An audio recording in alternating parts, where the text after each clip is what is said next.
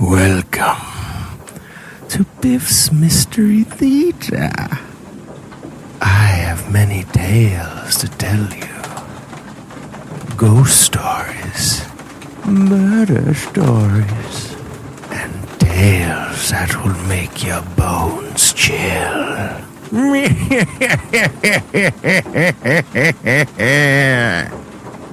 Join me, won't you?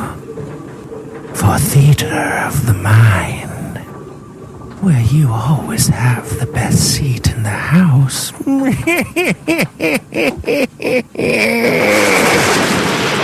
Now close your eyes and turn off the lights.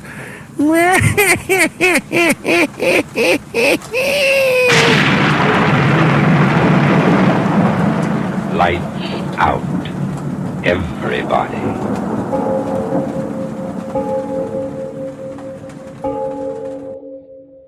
It is later than you think. Lights Out brings you stories of the supernatural and the supernormal, dramatizing the fantasies and the mysteries of the unknown. We tell you this frankly, so if you wish to avoid the excitement and tension of these imaginative plays, we urge you calmly, but sincerely, to turn off your radio now.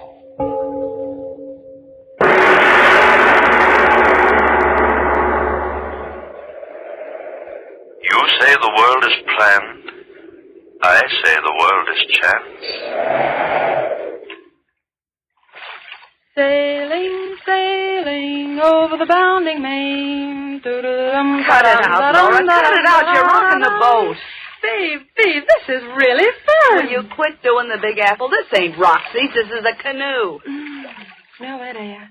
Isn't it just terrific? Yeah, there's too much of it. Dottie Nelson, don't you talk that way. You know mighty well we came out here to get healthy. All right. So I'll get healthy even if it kills me. Sure was a funny way to pick out a place to go on a vacation, wasn't it? Eeny, meeny, miny, mo. Yeah, and this place was Mo. Well, what if we picked out Alaska or Cicero or someplace like that? At least this way. Oh, Daddy, look. Look at what? On the shore over there, all those big flowers. Flowers? Oh, for Pete's sake, the way you were wiggling, I thought it was Indians. Come on, let's go pick them. Okay, by me, as long as you do the paddling. Hey, look out, Girl Scout. You're driving over the curb. Land ho! Oh, hey, you tear the bottom out of this battleship and we'll have to pay for it. Oh, I didn't hurt it. Come on, get out and help me pick these posies. All right. As long as there's no keep off the grass signs. Dottie Nelson, will you get it through that head of yours if this ain't Central Park? This is honest to gosh wilderness. Says you. Make mine vanilla with onions. Aren't they just the loveliest flowers you ever saw? 2 bits were right in the middle of some poison ivy. Hey, look. What? The boat, it's drifting off. Well, catch it, quick. What do you mean, catch it? I can't swim. Dot, do something. Do something. Don't just stand Don't there. you yell at me. You're the one to blame. You should have pulled the boat higher out of the water. Oh, Dot, what'll we do? They'll make us pay for Who it. cares about the boat? I'm worried about us. Us? Yes. How are we going to get back to that camp? Well, we can walk. Oh, you sure must have strained your brain thinking up that one. Oh, you needn't get so fresh about it. You certainly don't think I wanted the boat to... All right. Let's hang up the boxing gloves and get out of here. Dot. Huh? How dark it's getting. So what? Why is it getting so dark? Listen, lame brain. I may be just a hillbilly from 10th Avenue, but I know clouds when I see them. So they're clouds. You know, clouds, rain, remember? I'm scared. Oh, what have you got to be scared about all of a sudden? Come on. I'll get you back to camp. No. Wait, Dot. Huh? That's not the way. We gotta go the other way. Listen, lame brain, I'll do the path finding. But you're wrong. You're all mixed up. It's the other way. Is that a path or isn't it? But there's a path going the other way. Yeah. Well, yeah, that's right. Well, what'll we do? You go one way and I'll go the other. Oh, no, we won't. I'm scared. We'll stick together. Okay, we'll flip for it as usual. I had a nickel. Oh, yeah, here it is. Heads we take the right-hand path, tails we take the left-hand path. All right. Okay, call it. Heads. Oh, heads it is. Okay, Girl Scout, lead the way. No, you go first. Okay, but if this path leads up to the middle of nowhere, so help me, I'm going to pull you apart like a herring. So dark. Keep moving. Wait, Dot. Well, what's the matter now? It's more posy. Listen. You hear it? So help me, a fiddle. I told you we were heading the right Will way. you turn over that I told you so record and keep moving? I'm hungry. Keep moving. All right. Keep moving.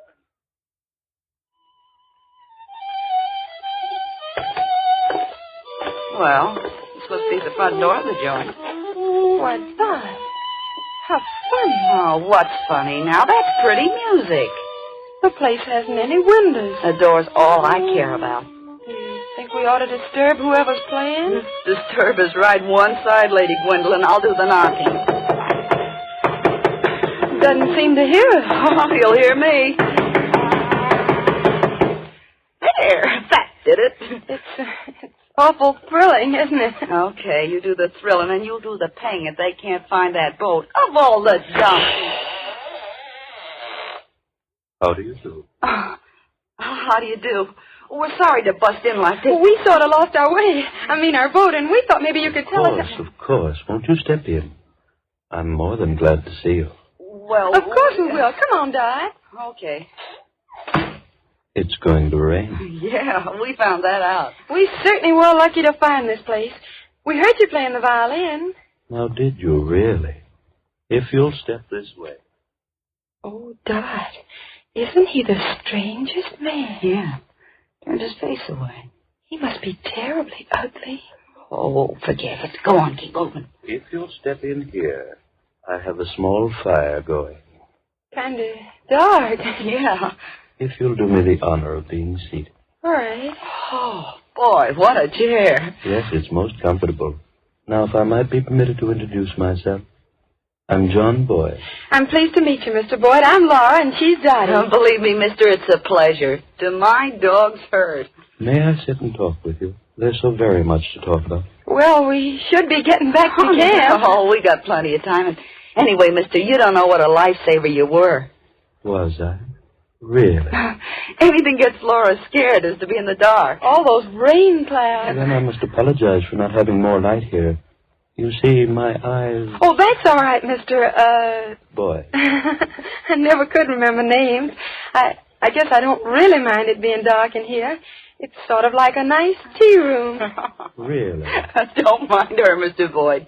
She was hit on the head by a bowling ball when very young. Oh, now, Dot. Will you listen to that wind? The storm will come in just a few more moments. Gives me the willies. Is your wife home, Mr. Boyd? I'm quite alone. Sure must get lonely out here. It was. Very lonely.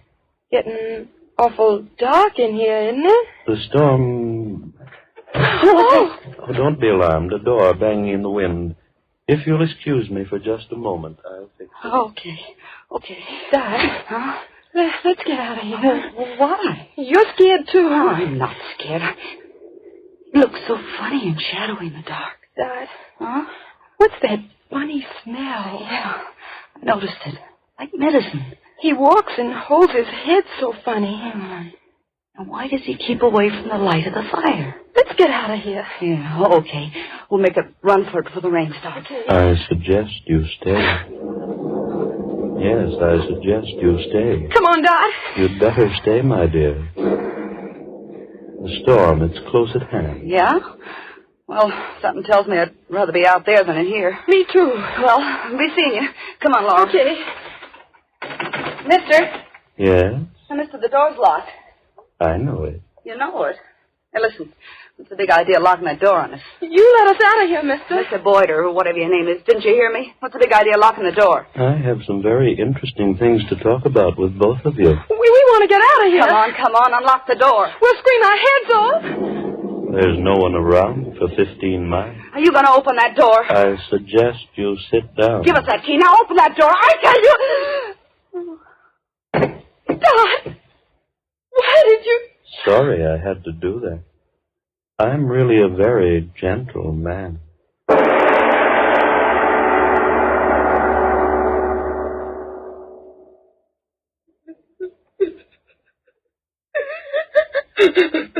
Oh, now, Dot, honey, please don't cry.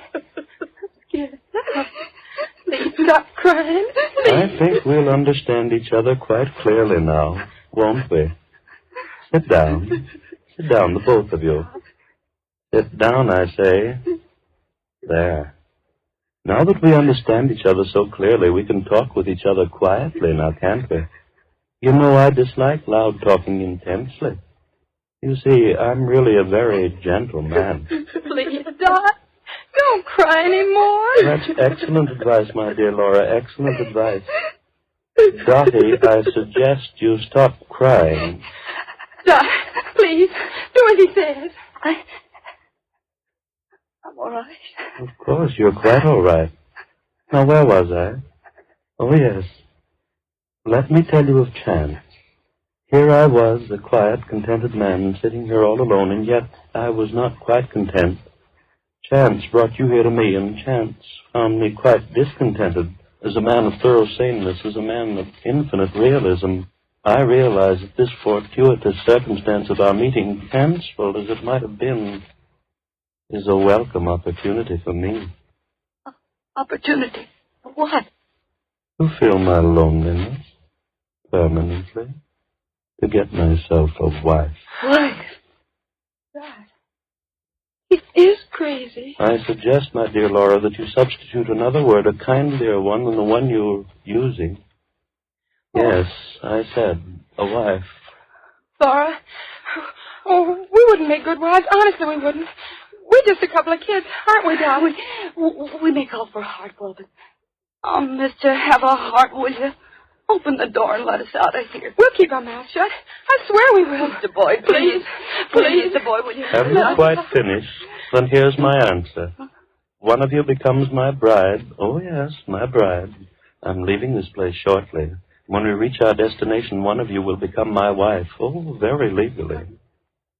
One of us. I marry only one. Then what about the other? To the ordinary man, that would be quite a problem now, wouldn't it? But to me, well, I told you I'm a realist, so the answer is quite simple. I marry one, and the other? The other? The other dies.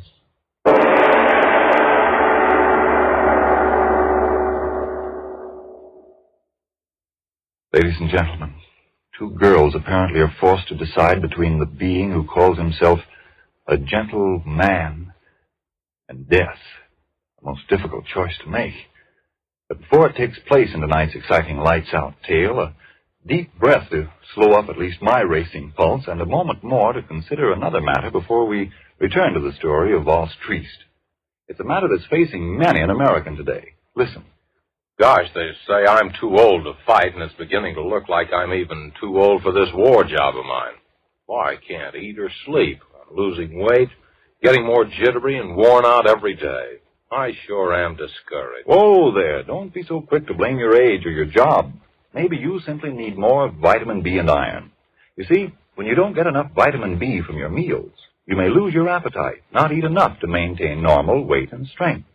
And when you don't get enough iron from your food, you may be weak and washed out, feel only half alive. Well, if I do need more vitamin B and iron, how can I get them? The easiest way I know is take ironized yeast tablets. These pleasant little tablets are a cinch to use. They cost but a few pennies a day, and they give you both vitamin B and iron. That's why ironized yeast tablets have worked such wonders for thousands who only needed more of these substances.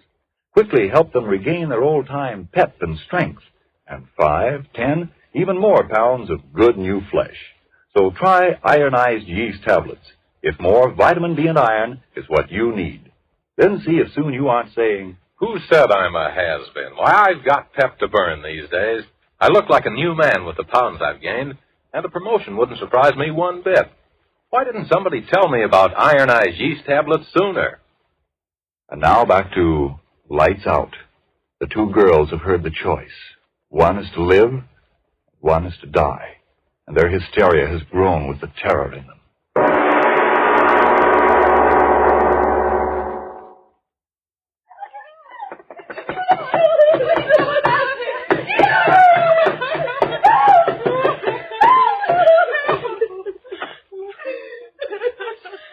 Are you quite through, my dear? How unfortunate. And after I told you how much I disliked loud talking. Don't hurt him, please, mister. Hurt you? Oh, haven't I told you? I'm really a very gentle man. Oh, yes, much too gentle. What? What are you going to do? Now, why do you ask that? The way you look at it. I'm trying to decide which one shall live and which one shall die. You wouldn't kill us? Oh, just one, my dear, just one. You wouldn't dare. We could both stay with you. I marry one, the other die. Mister, listen. My family, they've got money. Lots of Now, it. just a moment, my dear, just a moment. Money to me? Well, And what will I do with it? Oh, no, one of you must die, and this is quite as good a time as any other. No. You look so amusing. Backs against the wall. Skin on your faces tight with fright. So white, so fresh and young. And yet, believe me, there's nothing to be afraid of. You wouldn't kill me. I don't want to die. Oh, it isn't a matter of want, my dear. It's a matter of judicious selection, like nature itself. You see, sitting out here, I've had a chance to watch nature and understand her. She's very gentle, just like I am. And yet she's quite a realist. 2 rabbits run before the fox, one to the right, one to the left. The fox follows one and kills. But which one? It's all a matter of chance. With gentle nature herself the chooser. And I shall choose between you two. Oh, die, I tell you, not me. Don't look at me. It's chance, my dears. Yes, all is chance. Your being there and my being here. All things in heaven and on earth. Chance. Chance, all is chance. And so you'll die by chance. I won't die. I won't die. Mister, please. Please. Let me out of here. But, my dears, why be afraid?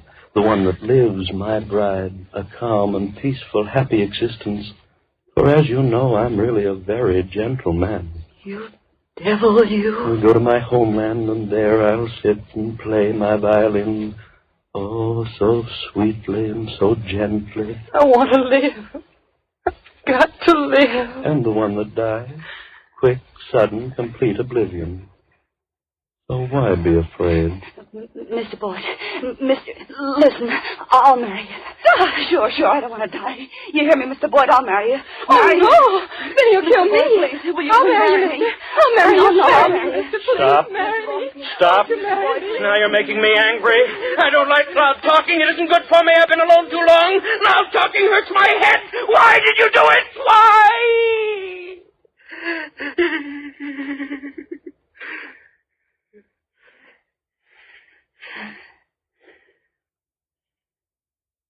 You see what you did? You made me raise my voice, and that isn't good for me. Oh, no, it isn't. Now, where was I? Oh, yes, flattered as I am by your eagerness to marry me, most regretfully I must refuse. Chance must pick my bride and the bride of death. Here, see, a coin. One chooses heads and one chooses tails. We'll let chance be the chooser. No. Quickly, choose. Please don't make me angry. Choose. You, little one, first. Will you choose? Tails. And that leaves heads for you, eh, Dot, my little friend? Heads. Chance, all is chance. So one of you flip up a coin? No, I think I will myself. High in the air. There. That does it. Lands flat in the palm of my hand. Heads or tails? My bride or the bride of death? Oh, Laura. No, don't touch her. Let her lie there. Poor little child. Couldn't stand the strain of waiting, now could she? How unfortunate. Is it heads? Oh, we must have patience. I'll hold the coin here, flat inside my hand, until your friend recovers. If she lost, it wouldn't be fair to kill her while she's unconscious, now would it? Is it heads?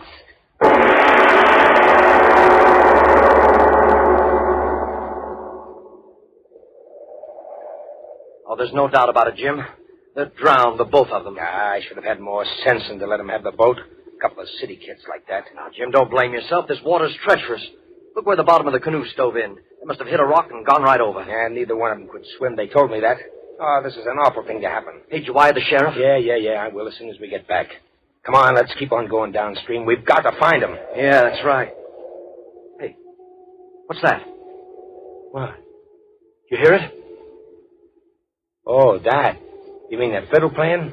Oh, I know. That's old man Boyd. Lives a couple of miles up through the valley. At least I think he does. I've never been up there, though.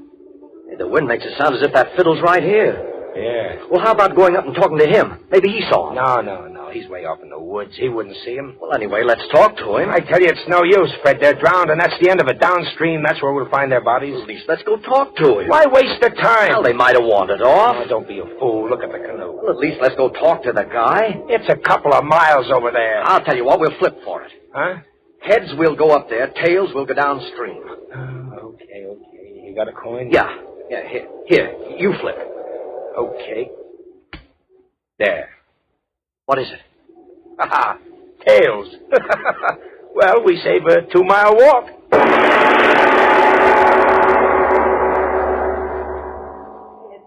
You gotta tell me, is it heads? Patience, my dear daughter. You must have patience. Oh, Laura's waking up. Yes, open your eyes, Laura. What? You fainted? Yes, my dear, you fainted. Help her to her feet, Dottie. Help her to her feet. Come on, Laura. Oh. Now then, we're all together again once more now, aren't we? You're feeling quite well, aren't you, my dear? What was Chance's verdict? Oh, don't worry. It's all quite well. I live? Oh, no, the coin is still inside my hand. I waited for you. Oh. I knew you'd like it better that way. Stop torturing me.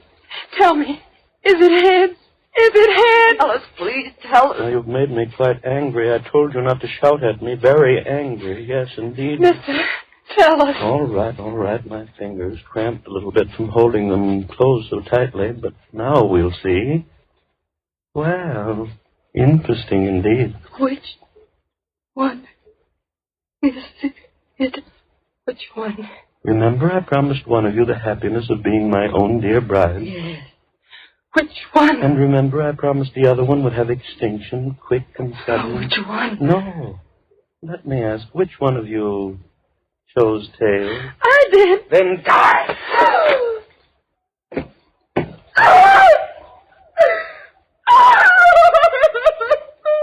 Oh, no need for tears for her, my dear. She died quite gently. Now, enough of tears. For since she's dead, it's you who will be my bride. No, I won't. There is no choice. Chance was the chooser and you the winner. I'm a man who always goes by chance. Now get up to your feet. This one is Death's bride. You make it all quite difficult, you do. Why do you persist in making me angry? Chance, all is chance. You'll be my bride. We'll be quite happy in my homeland when we get there. We'll pack, get to the seashore. No. First I'll play for you.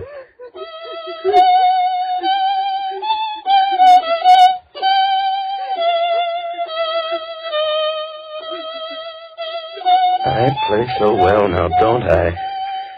Softly. Doesn't the music creep inside of you like long, thin snakes? Oh, what a lonely man I was. Strange thoughts twisting in my head and no one to tell them to. But now I have someone. My thoughts, your thoughts. Yes, your thoughts, and I'll watch the snakes twist in your brain. I can't stand it anymore. Now you've made me very angry.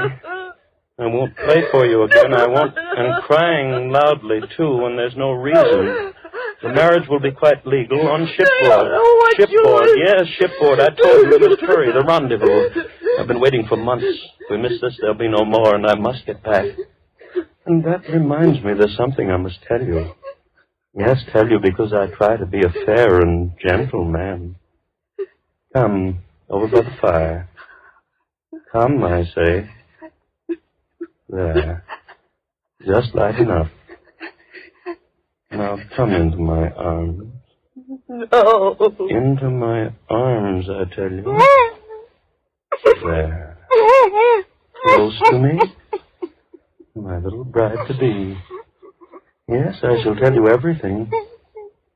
I suppose you wonder why a man of all my talents and education hides away in this forsaken place for all these months? Well, you shall know the reason. Look at me. Look. Closely. You see, my dear, I had a little accident. I haven't got a face.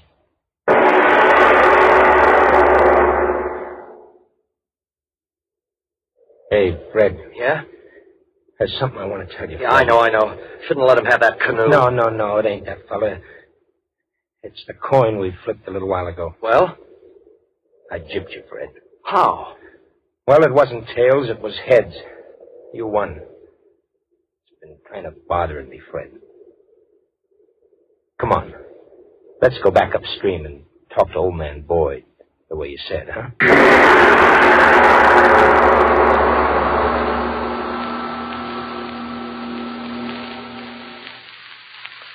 Her name was Jean.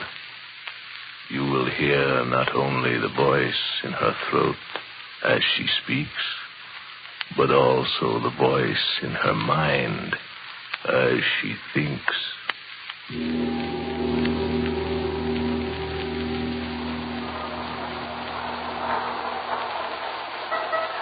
way, girls, this way. We're going to visit the Louvre now. A treasure house of culture, the very pearl of your visit to Paris. Now come this way, girls, this way. This way, girls, this way. Prune-faced old maid. Makes me sick. Who cares about the Louvre and scummy pictures and junk like that? Fun. I want fun. Now, Jean Taylor, why do you always lag behind? You know that makes my task of shepherding you girls infinitely more difficult. Do I have to be shepherded? Do I look like a sheep? Now, Jean, my dear, please don't take that attitude again. Your father... My father. My father. What does my father understand about me? Now, Jean... What does anybody understand about a girl like me? My dear child, for 20 years I've conducted young ladies... For 20 years you've been a pain in the neck. Jean Taylor... A pain in the neck, that's what you are. Here we have the Mona Lisa. She's got a pan like a hunk of cheese. Culture, girls. Culture. Culture. Jean Taylor. You make me sick. Jean Taylor, how could... Oh, don't pop up like that. You'll blow something. Cable. A cable to your father. Go ahead, cable and send for him. Who cares? What good's Paris if I don't get any fun out of it? You dried up prune. I've never been talked to like this in all my life. Well, that's what you are. A prune. A little dried up prune. The other girls... The other girls make me as sick as you make me sick. Fun.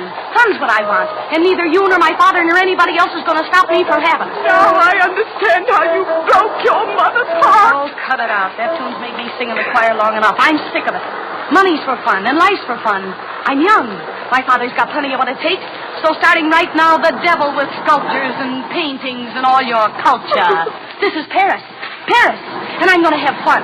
Fun. Fun. And I'm starting right now. Jean, come back here. Jean, come back here.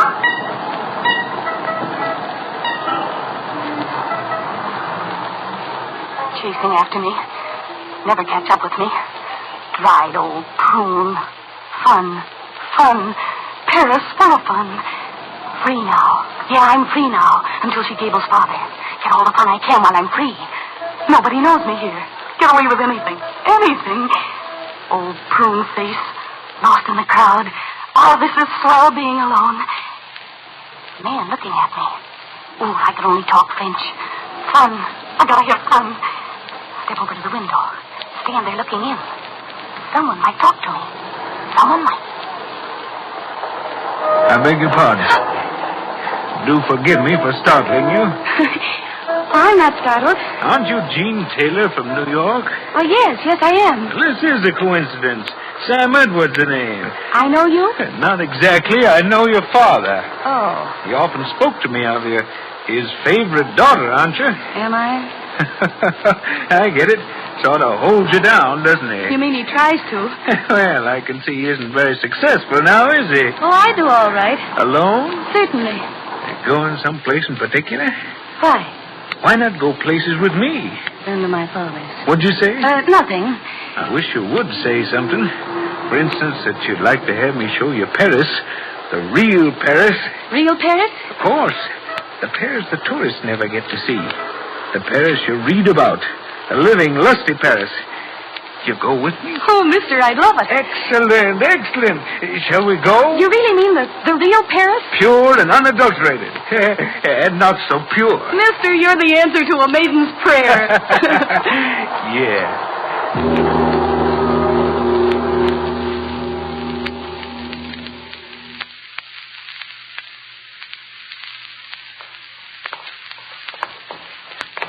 Not much further.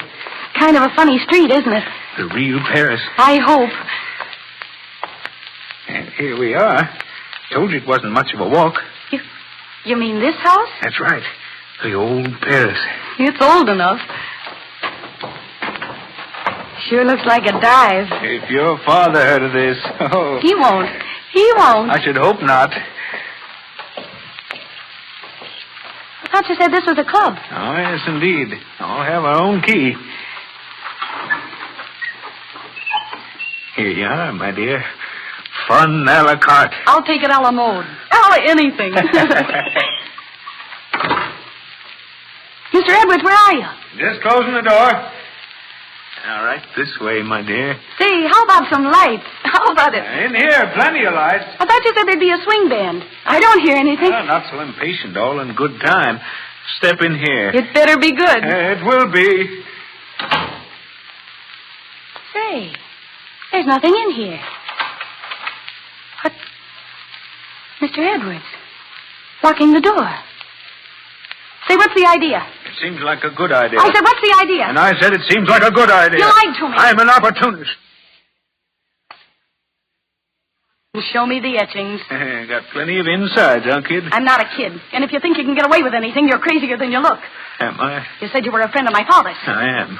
I am indeed a friend of his money. What? Money, money. You little sap, you don't think I'm interested in you? Don't you talk to me like that. Still wet behind the ears. You let me out of here. Sit down, sit down. Let me out. Sit down. That's the idea. After all, you're not talking to your dear papa now. I'm a fellow who likes his own way even more than you do. This'll cost you plenty, mister. You mean it'll cost papa plenty? $150,000 plus interest. Let me out of here. $150,000 plus interest. Every dime he took from me, I'll get back. I don't know what you're talking about. Open that door and let me out of here. You think it was accidental, my meeting you? On the contrary, I planned every minute of it. I knew exactly what you've been doing ever since you stepped foot in Paris. Why shouldn't I know? I've been waiting for this. He took my money, that father of yours, and now he'll give it back. They know where I am. They'll find me. Winkle doesn't know where you are. You saw to that. You know? I just told you I made it my business to know. Yeah, he'll give me back my $150,000, that father of yours. You can't keep me On here. the contrary, I can do nothing else. I waited 2 years for a chance like this. Yeah, 2 years. Because I knew sooner or later you'd be alone. You. The only way I could get him to give me back my money. Well, now I've got you. The whole 19 spoiled years. Not afraid. Why should I be? He's old. I'm smarter than he is. I'm not afraid of him. What's he talking about, my father?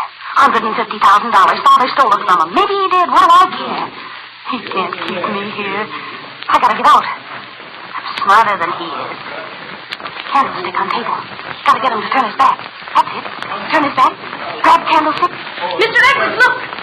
Behind you. What? Nothing at all, except this. What? Candlestick. What'd you You get? open that door. Put down that candlestick. Don't come near me. Why, you little good for nothing. Give me that candlestick. What are you trying?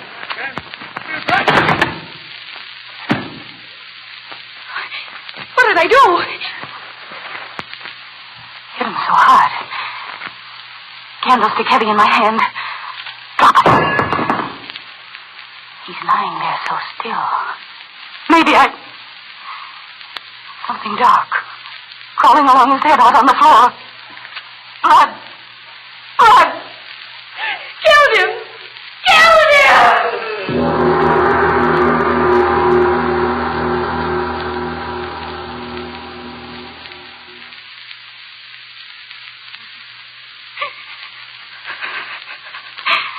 get out of here.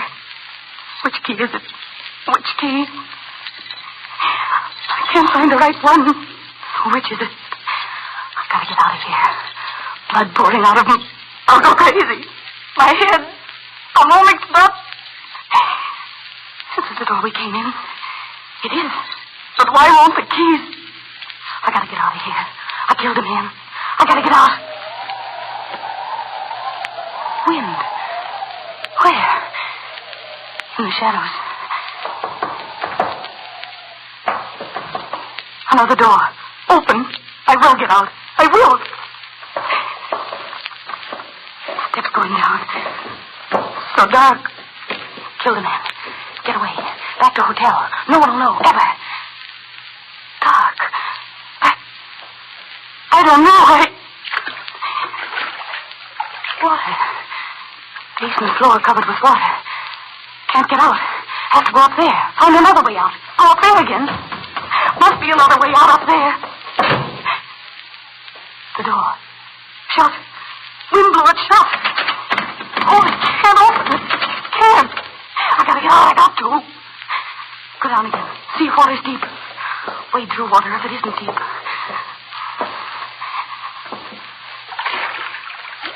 Only up to my ankles. I will get out. I will. Must be a basement door. So dark. Killed them. If they catch me. They won't catch me. Never. Nobody knows. That sound. Running water. Over this way. I wonder why. Get out of here. No one will know. Can't know. No one saw me come in. Sound of water so loud. I wonder what...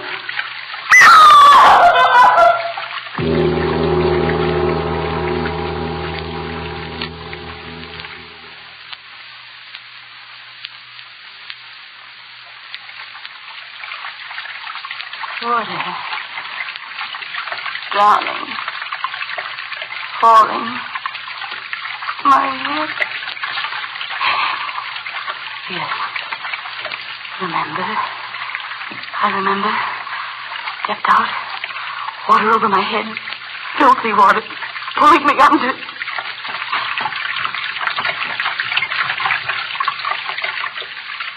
I hear it. Yet no water here. So dark. Where am I? Where? Gotta get out of here. Gotta get out. Stand up. Oh.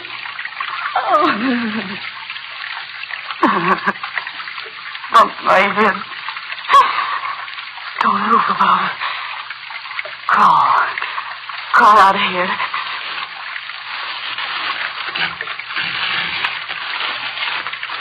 Killed a man. Gotta get out of here.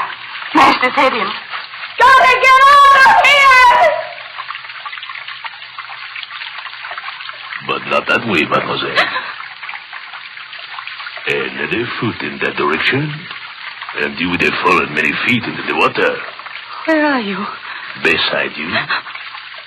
I saved your life, mademoiselle. What? You floated by, drowning. I saved you. You saved me? Oui, I did. In the dark, I saw you. Dark. Water. Where am I? Where am I? You do not know? Where am I? Wet stone. Smell. Sound of water. You've got to tell me where I am. Oui. I tell you, mademoiselle. You are in one of the great sewers of Paris.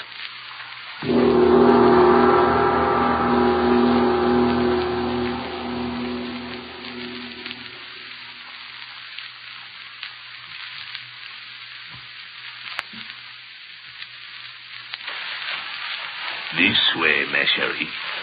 This way. What's the matter with you? Do you have to walk so fast? But I walk slowly, mademoiselle. So dark. Haven't you even got one match? I see quite well, mademoiselle. If you will follow me. Then walk slower. You're just a shadowy something. Walk slower, I tell you. I am a busy man, mademoiselle. You fool. Don't you understand? The quicker you get me out of here, the more I'll pay you. I'll give you more than you make in a year. The sewers run beneath the streets like fingers of outstretched hands. Some of these tunnels are so old that all the world has forgotten them. There's no water here. Oui. If that is true, abandon this one. How much further? A step, merely a step. You said that half an hour ago. Turn here. Turn here, eh? Up the steps. Turn, and here we are. What are you talking about? It's still dark. We're still underground. We are here. What are you talking about? My workroom. Workroom? Who cares about your workroom? Out of here. You said you'd get me out of here. No, mademoiselle. I take you away from the water. Here. But I want to get out. Out where there's decent air. Out where there's light. Do you hear me? You've got to get me out of here. Oh, no. No.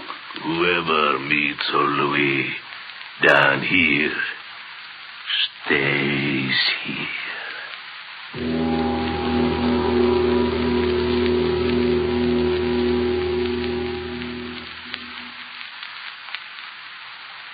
You're crazy. No.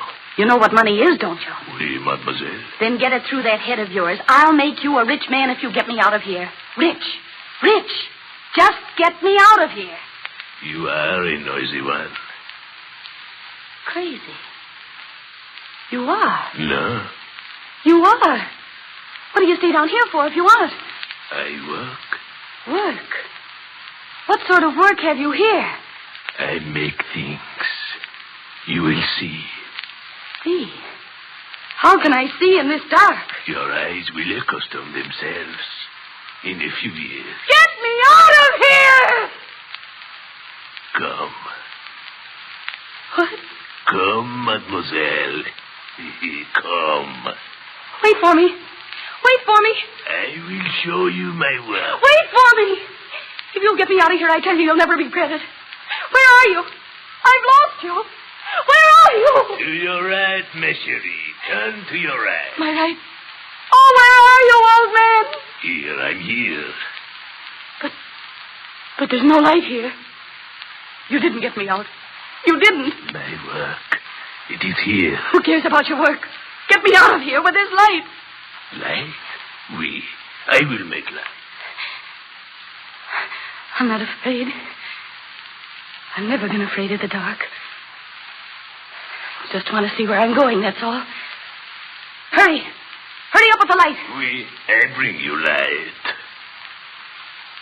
Miserable little kerosene lamp.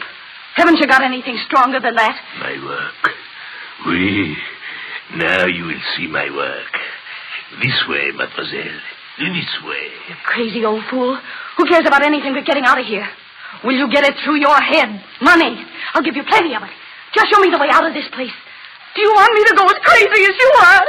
Here, ma chérie. This is the place. My wonderful workshop. So quiet. Always quiet. No one to disturb old Louis. No, indeed. Give me that lantern. I'll get out of here myself. No. That is impossible. My work. You see it? See it? What's that? Take it, mademoiselle. Take it in your hands. I made it. With my own hands, I made it. It's a necklace. Oui, a necklace, eh? Exquisite work. You see for yourself it is exquisite. Okay, so it's exquisite. Now will you get me out of here? I made it myself. All by myself. No one helped me by myself. You crazy old fool. Give me that lantern. No. You must see how I make my beautiful necklaces. Here. Over here, mademoiselle. Look. Listen, you give me that lantern or I'll... Oui. From these I make it. Bones. Oui. Beautiful bones. They come floating down the water to me. Bones of... What? The foolish ones who kill themselves in the water. The sewer brings them to me. We, all of them. Oh! The miserable, unhappy flesh. I take it off them. Then at last, They are bones. Hard, white, useful bones for my work. See, that one in the corner. Let go of my arm. No. You must come to look, ma chérie. You must. Let go of my arm. Oh, mademoiselle, come. You see, the skull, I have it almost clean. You stand there. I will show you how I do it, eh? My saw. So, I cut the good strong white piece off the top and clean the brains away, eh? Watch me. No. No.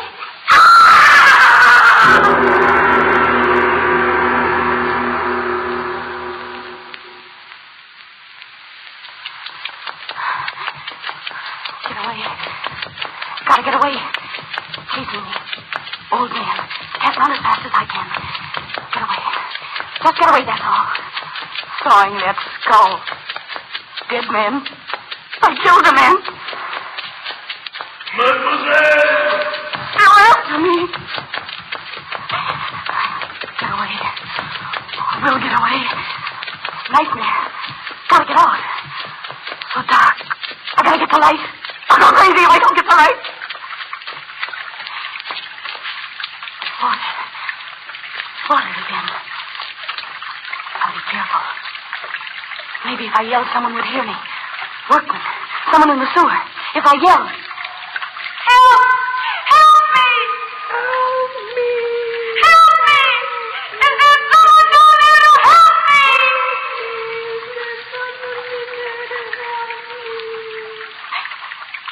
Echo. Only Echo talking back to me.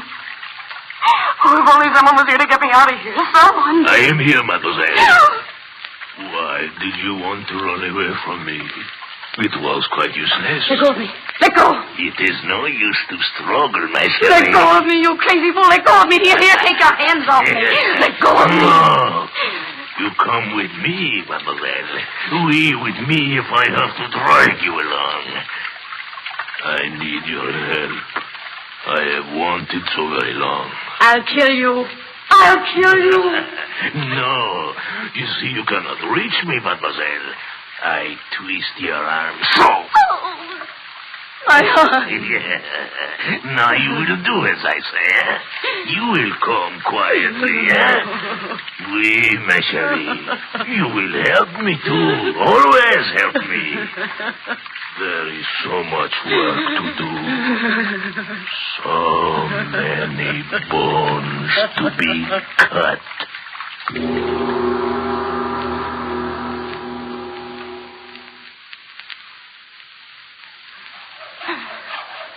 You are doing very well, mademoiselle. Oui, very well indeed. Stop! Stop! Fool! That is not the way to cut. Crosswise! Crosswise! Crosswise? If you cut the other way, the bones will split. Splinters are not good for my work. Oui. Now you will try it again, eh, ma chérie?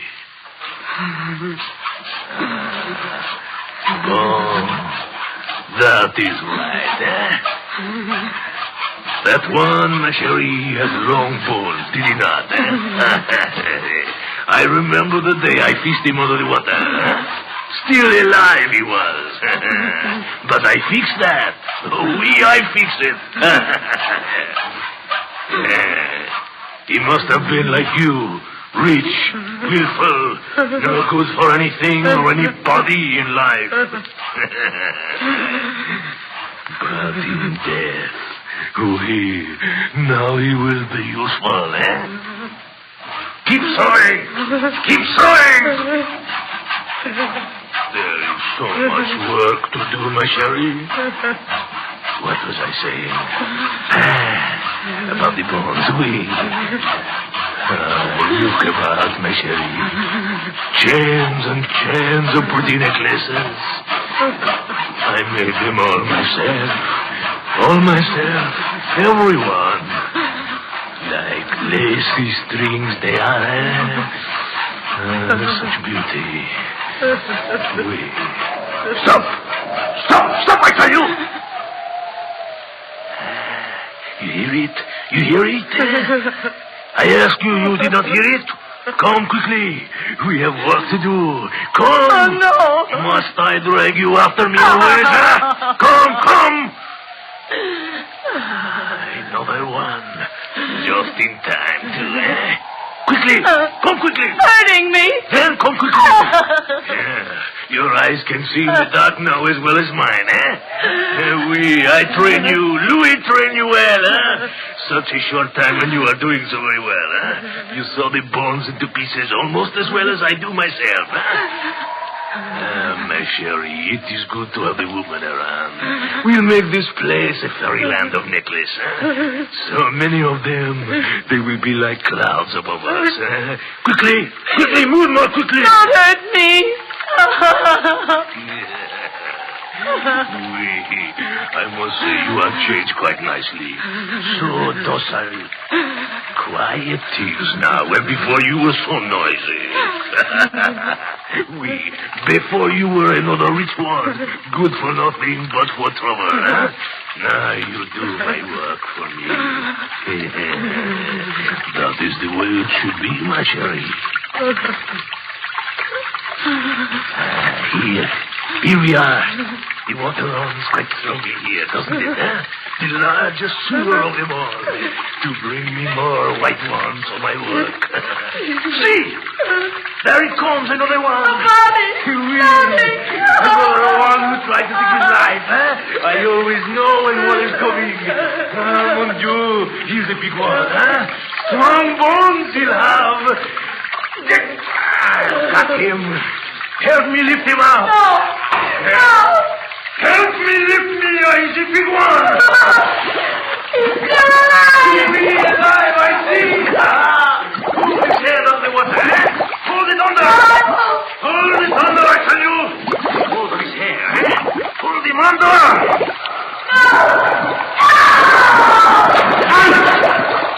Woman! Why did you lump in the water? Woman, come back! He's taking you away from me.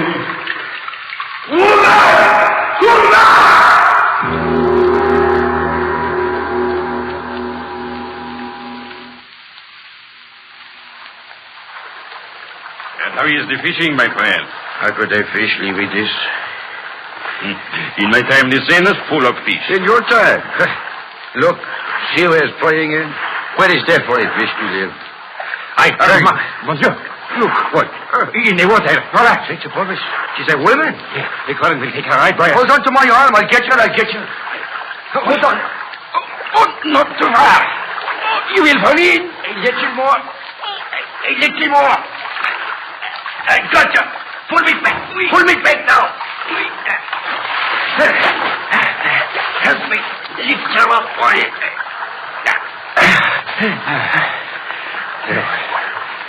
So, another one, I suppose, who found life too bitter. Oui. Poor old women. Must have had a long, miserable life. The misery in her face. Oui. She looks as if she might be an American. What do? She moves her lips. Oui. Old woman, what is it? Huh? What are you saying? What would you like? A beautiful necklace. Necklace? A beautiful necklace. Out of bones. Real human bones.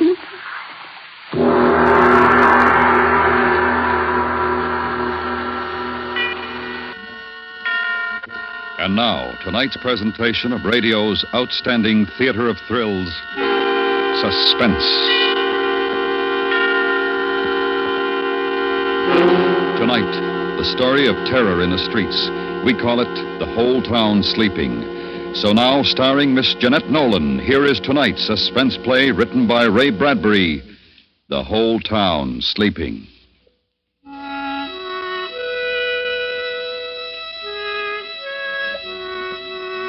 It was a warm summer night in the middle of Illinois country. The little town was deep, far away from everything, kept to itself by a river and a forest and a ravine. In the town, the sidewalks were still scorched. The stores were closing, and the streets were turning dark. Screen doors whined their springs and banged, and there was the sound of Grandma Hanlon's swing hammock across the street. On her solitary porch, Lavinia Nebbs, age 37, very straight and slim, sat with a tinkling lemonade in her white fingers, tapping it to her lips, waiting. Here I am, Lavinia. Lavinia turned. There was Francine at the bottom porch step. She was all in snow white and didn't look 35. I won't be a minute, Francine. I'll just lock the door. All right. Oh, I do like your dress, dear. Why, thank you, dear. You look so well in that color. I'm afraid I could never wear it. It makes me look sallow. No, it doesn't. I'm sure not. Of course, I've always loved you in white. Evening, ladies. Good evening, Mrs. Hanlon. Good evening. Where are you ladies going all dressed up so pretty? To the Majestic Theater, Mrs. Hanlon. Robert Mitchum's playing and Not As a Stranger. Won't catch me out on a night like this. Not with the lonely one strangling women. Lock myself in with my gun. That's what I'm going to do. I wouldn't worry, Mrs. Hanlon. What about Eliza Ramsell? You think she's not worrying? Lock myself in with my gun. That's what you ladies should do. So silly. Silly old woman. Lavinia, you don't believe all that gossip about the lonely one, do you? A lot of silly old women who haven't got anything better to do than talk. Well, just the same, Hattie McDullis was killed a month ago and Roberta Ferry the month before. And now Eliza Ramsell disappearing. Eliza Ramsell walked off with a traveling man, I bet. But the others, strangled. Oh, Francine. They reached the edge of the ravine that cut the town in two. Stood there. Behind them were the lighted houses. Ahead, deepness, moistness, fireflies, and dark. The ravine had to be crossed to reach the movies, deep and black as it cut into the hills. Then a creaking bridge to cross over the stream. Then 113 steps up the steep and brambled bank to the other side. The ladies stood there, looking down. It won't be me coming back tonight, Lavinia. It'll be you. Oh, I'd never walk there alone at night. Never. Bosh. Well, you can say bosh, but it'll be you alone on the path, not me. Oh, Lavinia, I do wish you didn't live on this side. Don't you get lonely living by yourself in that house? Old maid loved to live alone. Come on, we'll take the shortcut. I'm afraid. Oh, come on, don't be so silly. I'll hold your hand. Lavinia, cool as mint ice cream, took the other woman's arm and led her down the dark, winding path into cricket warmth and frog sound and mosquito-delicate silence. Oh, let's run, Lavinia, please. No. Why should we? If Lavinia hadn't turned her head just then, she wouldn't have seen it. But she did turn her head, and it was there, back among a clump of bushes, half hidden, but laid out as if she had put herself there to enjoy the soft stars, lay Eliza Ramsell, her face moon-freckled, her eyes like white marble. Then Francine saw it, too, and the women stood on the path for a frozen second, not believing what they saw.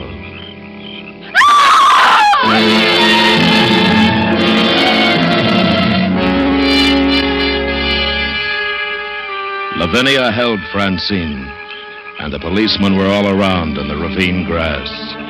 Flashlights darted about, voices mingled, and the night grew on toward 8:30.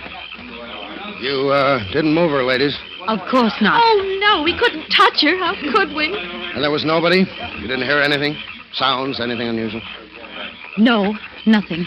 It's the lonely one, isn't it? He did it, didn't he? Couldn't say, ma'am. We knew her, you know. She was a friend of ours. Oh, I'm sorry. Well, I'll have one of my men walk you across the ravine. That won't be necessary. Thank you very much.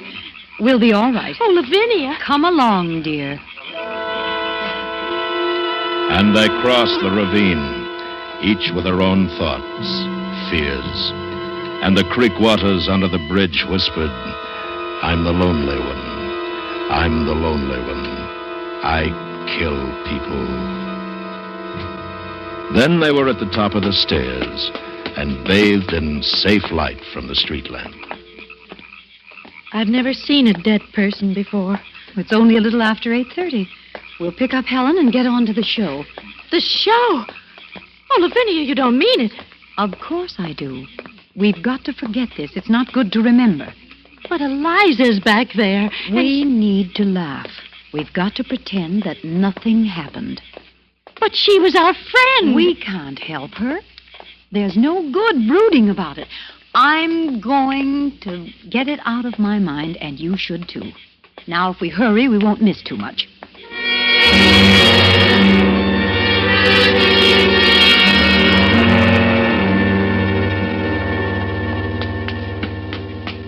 I thought you'd never come. You're an hour late. Well, someone found Eliza Ramsell dead in the ravine. Oh, no. Eliza. Who found her? Oh, we don't know. Oh, how awful. Did you see her? Was it terrible? Let's not talk about it. Oh, I really think I should lock myself in my house. I don't think we'd better go tonight. Of course we will. It's the last showing today. Besides, the lonely one can't kill 3 ladies. There's safety in numbers. Anyway, it's too soon. The murders come a month separated. Come along, Helen. Well, I'll get a sweater. You wait for me. Why didn't you tell her about us finding Eliza? Why upset her?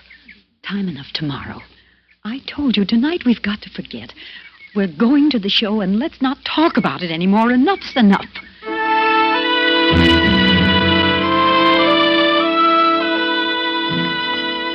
The ladies walked downtown and stopped at the drugstore, which was a few doors from the theater. Lavinia bought a quarter's worth of green mint chews, and the druggist dropped the mints into a sack with a silver shovel. You looked mighty cool this noon, Miss Lavinia, when you was in. So cool and nice, someone asked after you. Oh? Yeah, man sitting at the counter. He watched you walk out, and he says to me, "Who's that?" Just like that, he says it. "Why, that's Lavinia Nebbs, prettiest maiden lady in town," I says. "Beautiful," he says. "Beautiful. Where's she live?" You didn't give him her address, I hope. You didn't. Well, maybe I shouldn't have. Oh, I didn't give him the exact address. I said over on Park Street, near the ravine. Kind of casual. Oh. I'm sorry. What did he look like? Oh, not much, I guess. Wore a dark suit. Pale. Kind of thin. Probably nothing but a stranger passing through. I'm sorry, Miss Lavinia. There's no charge for the peppermint. Don't be silly, Mr. Briggs. Well, Here. I know what we're going to do right now. We're going straight home. That man asking after you. You're next, Lavinia. You want to be dead in that ravine? It was just a man. That's all. It doesn't mean a thing. That's what I figure. Nothing to worry about. Nothing to worry about? I'm not going to miss the movie. You two can do what you want. I'm going. Well, I think we should all go home. So do I. She's right, Lavinia. No, she's not. Yes, she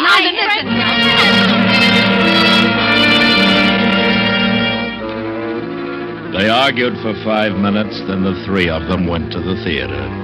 Francine and Helen reluctantly, Lavinia head high, self-possessed, cool.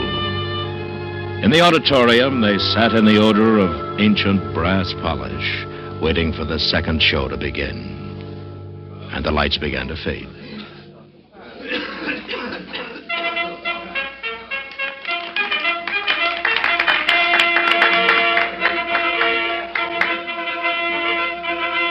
Lavinia? What? As we came in, a man in a dark suit followed us. He was thin, and I think he had a pale face. He just came in, and he's sitting behind us. What? Oh, Helen. What man? Man behind us. It's the one Mr. Briggs said was in the drugstore behind us now. Oh, I'm calling the manager. It's him. Oh, stop the movie. Stop it. Put on the lights. It's the murderer, the lonely one. He's here. Put on the lights. Lights!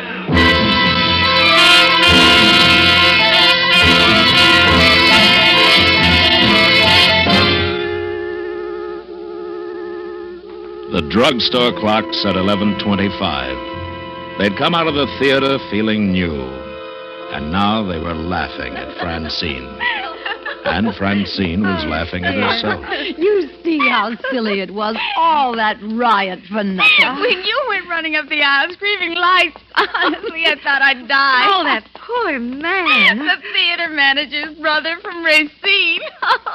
Oh, Francie. Well, I did apologize. No. You see what a panic can do. And all for nothing. We shouldn't have stopped for sodas, though. Wasn't that a wonderful picture? Will you ever forget it?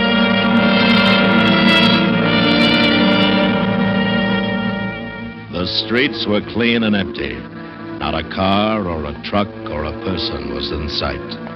The ladies walked under a flickering neon sign, buzzing like a dying insect. The sounds of their heels sharp on the baked pavement. First, we'll walk you home, Francine. Oh, no, I'll walk you home. If you walked me home, you'd have to come back across the ravine alone. I know you. If a leaf even fell on you, you'd drop dead. Well, I could stay the night at your house. No, it's all settled. First, I'll take you home, and then Helen.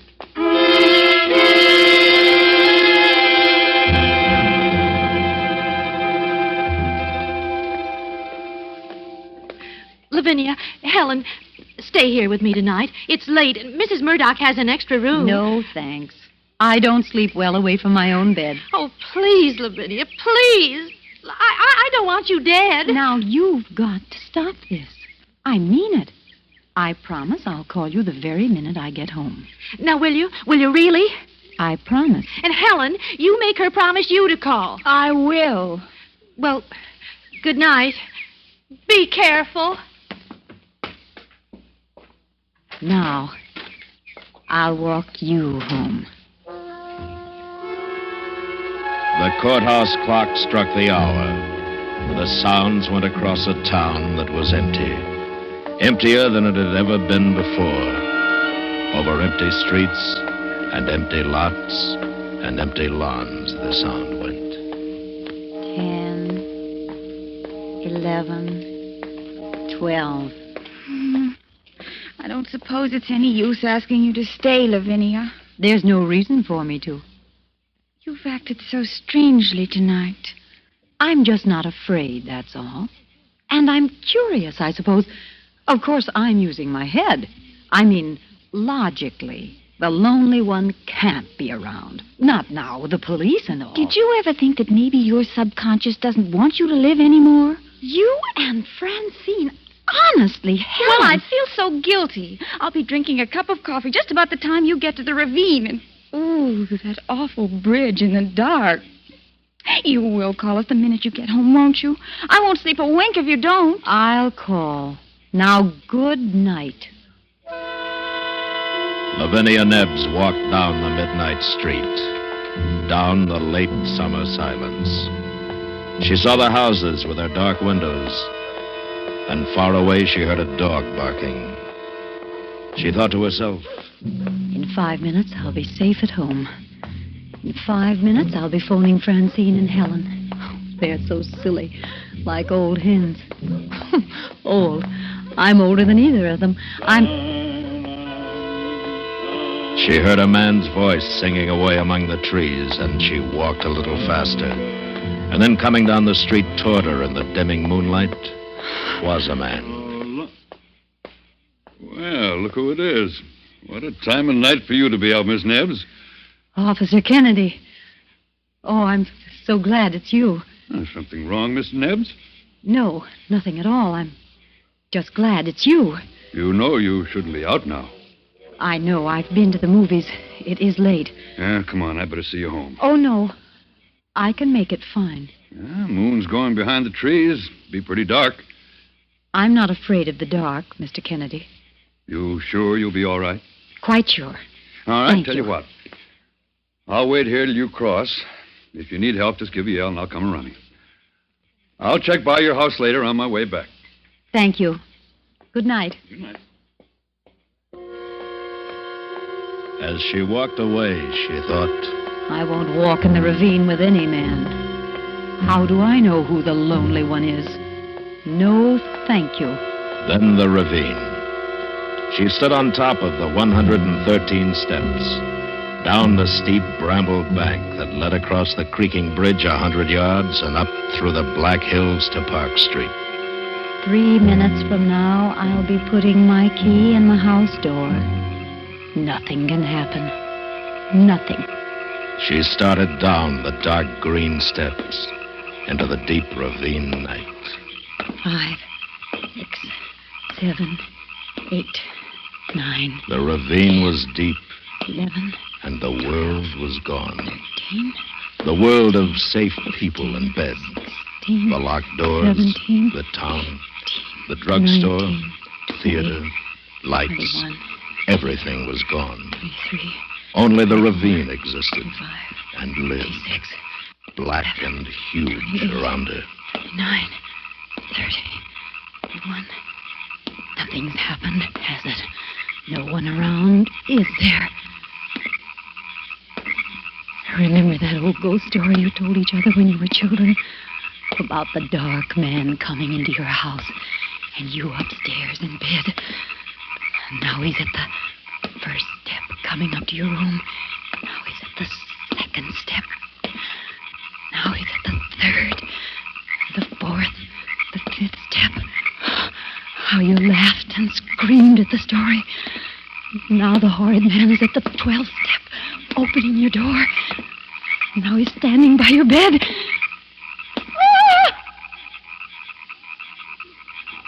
Ah! What the... There at the bottom of the steps. A man under the light. No. He's gone. He was waiting there. Oh, but there's nothing. It's empty. There's nothing. Nothing on the bridge. Fool. It's that story I told myself. How silly. Shall I call Mr. Kennedy? Did he hear me scream? Or did I scream? Maybe I only thought I did. Then he didn't hear me at all.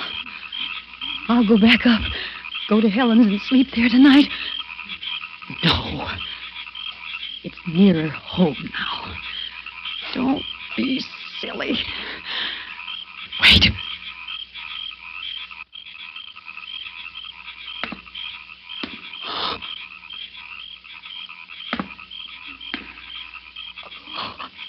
Someone's following me. Someone's on the steps behind me. I don't dare turn around.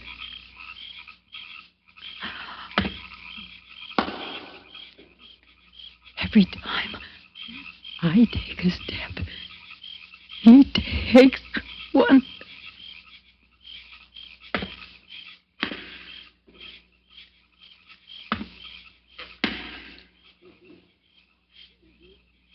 Officer Kennedy, is that you? Is it? The crickets were suddenly still. The crickets were listening. The night was listening to her. Then there was a sound. Only a woodchuck, surely, beating a hollow log. But it was Lavinia Nebbs. It was most surely the heart of Lavinia Nebbs. She went down the steps faster, faster. Run. She heard music. In a mad way, a silly way, she heard the surge of music that pounded at her, rushed, plunging her faster and faster down, down into the pit of the ravine. Only a little way. Across the bridge. Run! Run! Don't turn! Don't look. If you see him, you'll not be able to move. Just run. And across the bridge, up the path between the hills, the top of the path, the street, And even with the light, the fear swirled about her, closing in, pressing. If I get home safe, I'll never go out alone. I was a fool. Never again. If you let me get home for this, I'll never go out again alone. I promise. Please. Please. Let me. Please. Please, please. Give me time to get inside and lock the door, and I'll be safe. Oh, safe at home. Safe at home. Listen. Not a sound. Oh, wait. I'll never get home. Wait. Oh.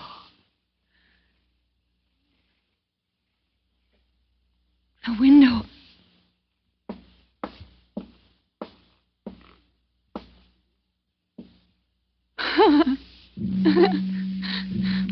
Why, there's no one there at all. Nobody. There was no one following me at all. Nobody running after me. How silly. If a man had been following me, he'd have caught me. I can't run as fast as a man. I wasn't running from anything except me. The ravine was safer than safe. Oh, it's nice to be home, though. Home's the really good, warm, safe place. The only place. She had just put her hand out to the light switch when she heard it behind her in the blackness. Just a movement. What? What? Who is it?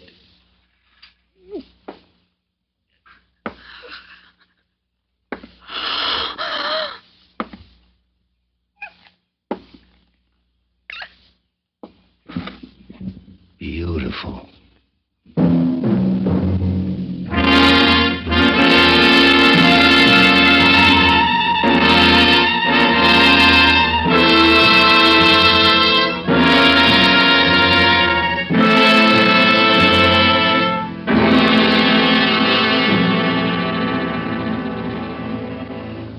Suspense, in which Miss Jeanette Nolan starred with Paula Winslow, Eve McVey, and Bill Conrad in tonight's presentation of Ray Bradbury's The Whole Town Sleeping, adapted by Anthony Ellis. And now, a tale well calculated to keep you in suspense.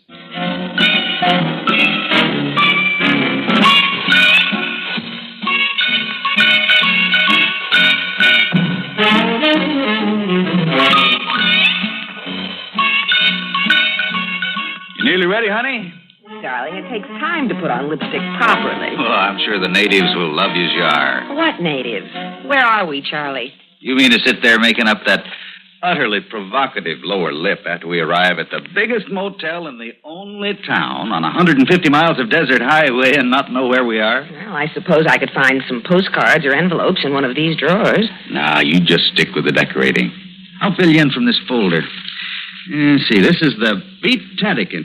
Beat-Tadican Motel is located on the outskirts of Red Mountain, Arizona. So that's where we are. That's where we are. Red Mountain, Arizona is 485 miles east of Los Angeles. What's more, the temperature is now 20 degrees. It's expected to drop to 5 below tonight with snow before morning. Well, no, it doesn't say that in the folder. No, the manager told me that when we registered. 5 below? Mm-hmm. I've never been where it got that cold. Now, you California gals, all you've got going for you there is climate. You never have weather. I'm sorry I failed you so early in our marriage. Better to know the worst right away. But come on, let's eat. I'm ready. Now, how do I look? You look fine to me. But the Indians may think white men go on warpath again. Huh? Mm-hmm. White squaw wear heap much war paint. Funny man. Got the key? I got it. Let's go.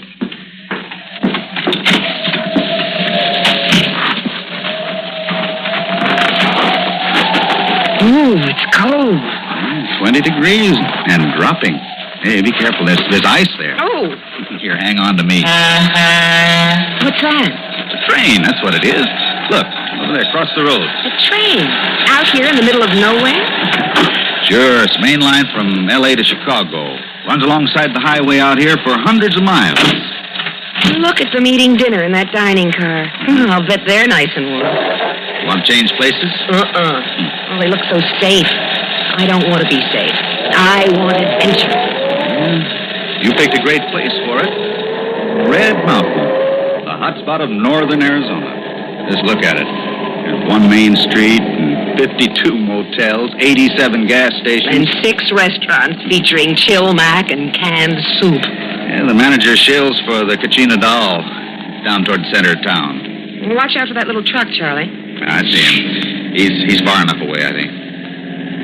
Oh, that's so-and-so. What's the matter, dear? I don't know. He waited till I pulled out in front of him, and then he let me have his bright lights.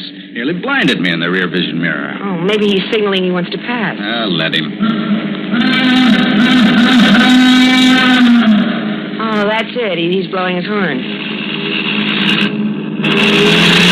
There he goes. He's in an awful hurry. Oh, look out. He's putting on his brakes. I nearly piled into him. He's drunk, that's what. Or crazy. Well, now he's slowed down to 20. Well, I'll have to pass him. He won't let you. This. I speed up, he speeds up. Let him go then, Charlie. It's a good thing nobody was coming toward us. Watch out, he's slowing down again. 15. Do you suppose he's doing that on purpose? Oh, I don't know. Hey, come on, get going. I'm going to have to try it again.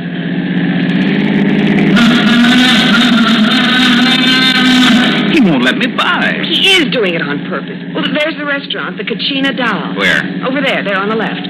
Well, there's one way of losing our comedian. I'll just peel off to the left and let him have the highway to himself.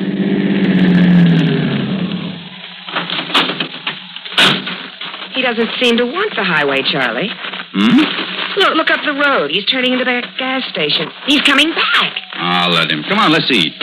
Charlie, you better lock the car. Why? Him. There's nothing for anybody to take. I'd feel better if you locked it. Oh, all right.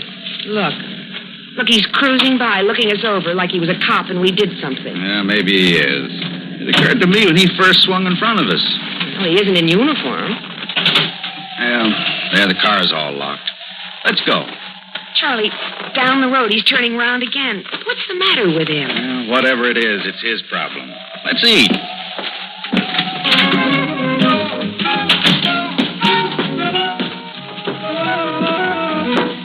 Where you want to sit? Good evening, and how are you folks tonight? Cold. We're not too late for dinner, are we? Oh, no, we can take care of you. Right this way, please. Well, here's a nice booth for 2. Good.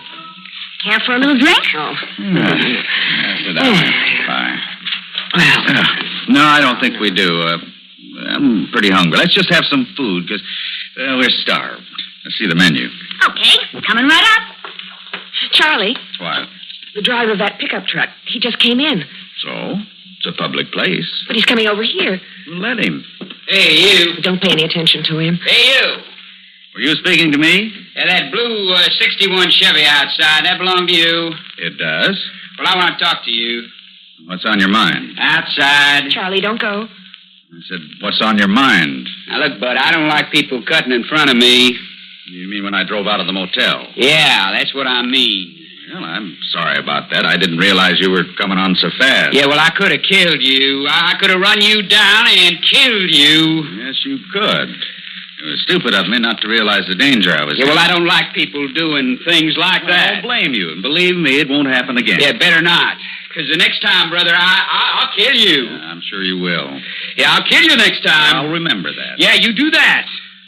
I don't like that kind of jazz. And I don't blame you.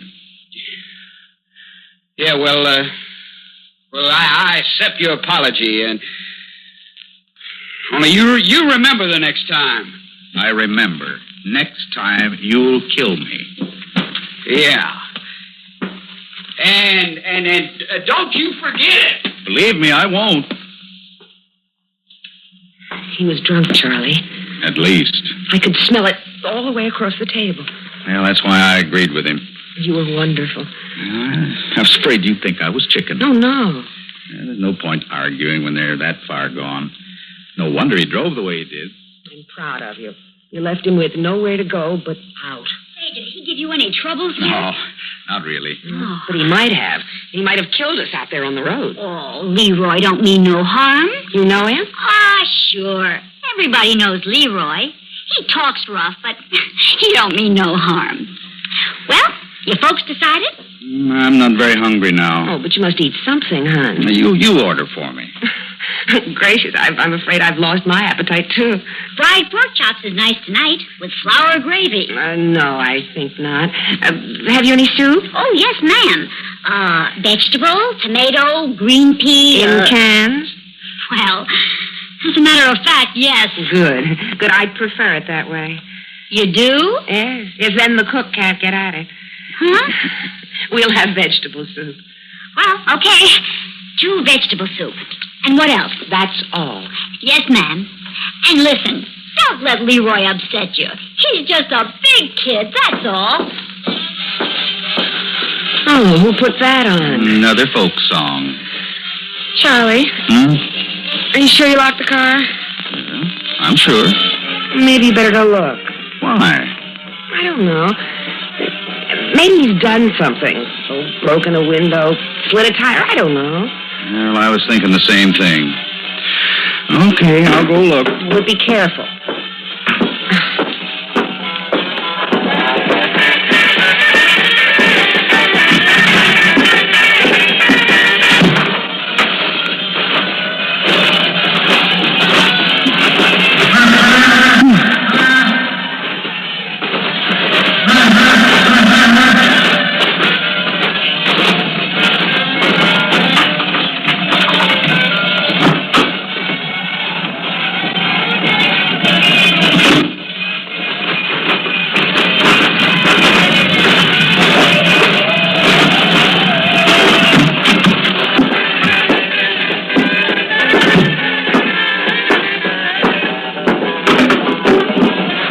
Everything okay? Yeah, everything's okay. I've been thinking, hon. I think we ought to report him to the police. Maybe. We could have been killed, you know. If anybody had been coming the other way, when he wouldn't let us past him, we'd have been killed. I know.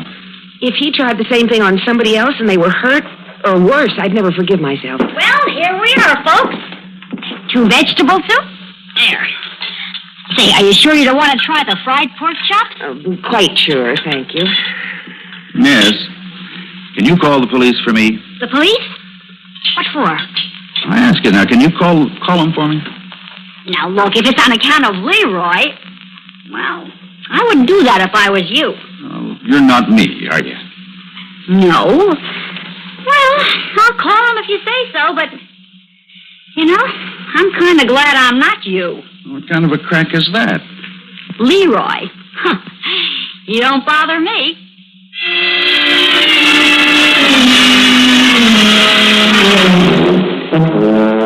Yes, officer, I wrote down the license number, 880. 008. Yes. Yeah, that's right, officer. It was an International Harvester pickup, painted red and shiny. That's Leroy, all right.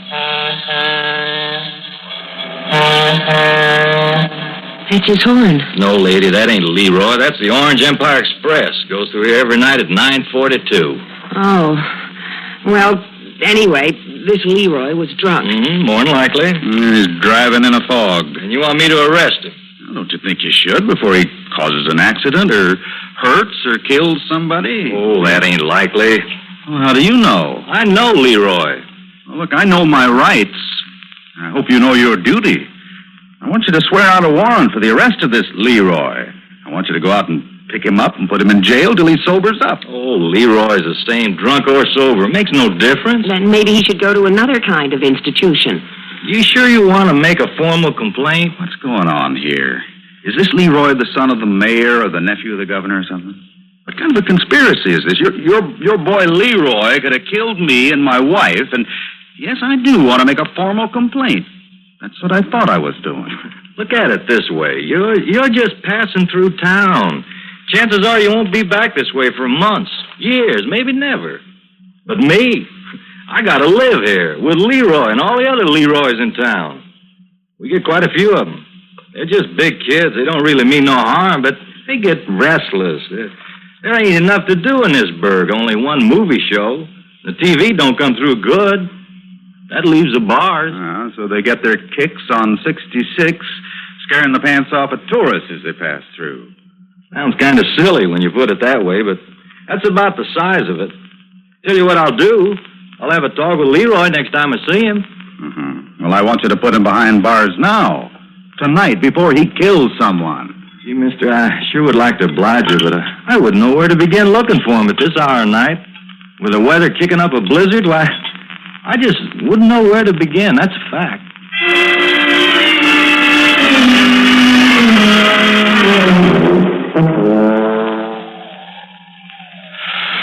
I don't mean to invade your privacy, hon, but haven't you already filed the nails on that hand? Huh? Oh, yes.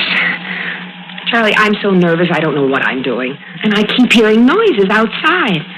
Your imagination's playing tricks. I suppose so. But just a minute ago, I thought I heard them again. Oh, Charlie, I know it's silly. But would you please check the car again for me? Oh, come on, Flo. Please. And then I promise I'll get ready for bed. All right. Flo. What is it? Somebody let the air out of the back tire.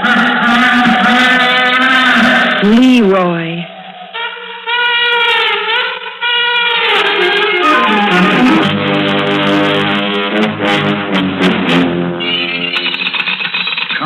Come on, answer the phone. Hurry, Charlie, hurry. Well, they don't answer. No wonder. What? That's this card here. It says, the motel switchboard is closed after 10 p.m. Oh, but we've got to get air in those tires. Well, we couldn't wait till morning. No, Charlie. I will not stay in this place a minute longer with that crazy man out there beeping his horn at us and I don't know what all. Next thing, he'll murder us in our beds. Well, I can't get anybody to answer the phone. Oh, we'll just have to wake up the manager. I'm not going to like it. I couldn't care less.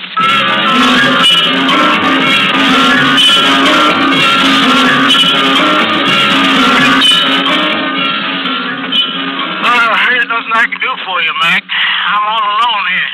Can't you come out and... call up in the morning. Somebody will take care of you then. Same thing? Same thing. I could have told you. Nobody's coming out in this weather to fix a tire. How do you get the police? Well, they ain't coming out either. Number, please. Operator, will you give me the police? Look, you folks are keeping me up. I'm sorry. This'll only take a minute. Red Mountain Police? Listen, did you pick up Leroy? Oh, you. Yeah, it's me. You got Leroy in jail? No, I ain't run into him. I didn't think so. Well, he's just let the air out of my tires. Sure it was him. See him do it? Of course I didn't see him do it. But my rear tires are flat, and what's more, I can't get anybody to come out here and pump them up for me. Sorry, that ain't a police matter. You can get somebody in the morning, no doubt. Well, I don't want to wait till morning. I don't want to spend another minute in your crummy town. I want to get out of here right now. Then you're going to have to pump up your tires your own self. It's a good idea. I just might do that. That's about all I could suggest, and don't you fret. I'll speak to Leroy as soon as I see him. Thanks. Thanks a lot. Come on, Flo. Let's get out of here. Hey, just a minute. You owe me for those phone calls. Yeah, here. Keep the change. Buy a trip to the moon.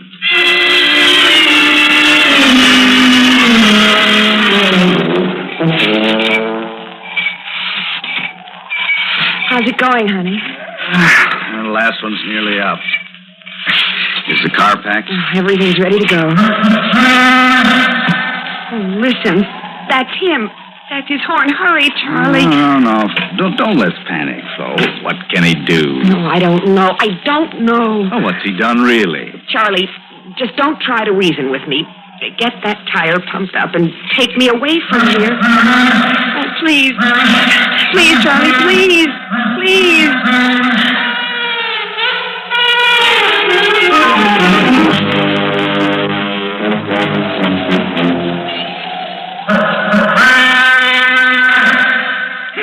What's the idea of parking out in front of the police station blowing that horn? You're giving this town a bad name, scaring them tourists. They wanted me to arrest you.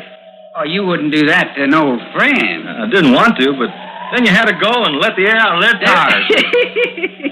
You know, I do the darndest thing sometimes. No, you're going home. I'll lock you up for being ornery. You better do that, Pete, because I never make it. You know, I can't see to drive home. All right, climb out then. I'll give you a cell to sleep it off in. Yeah. I said knock off that horn. Oh, but it sounds so pretty.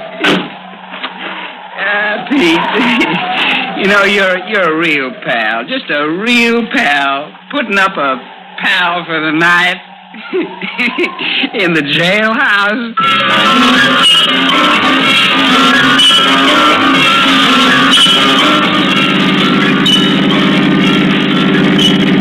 See that sign, hon? City limits Red Mountain. Come back soon. Sure we will.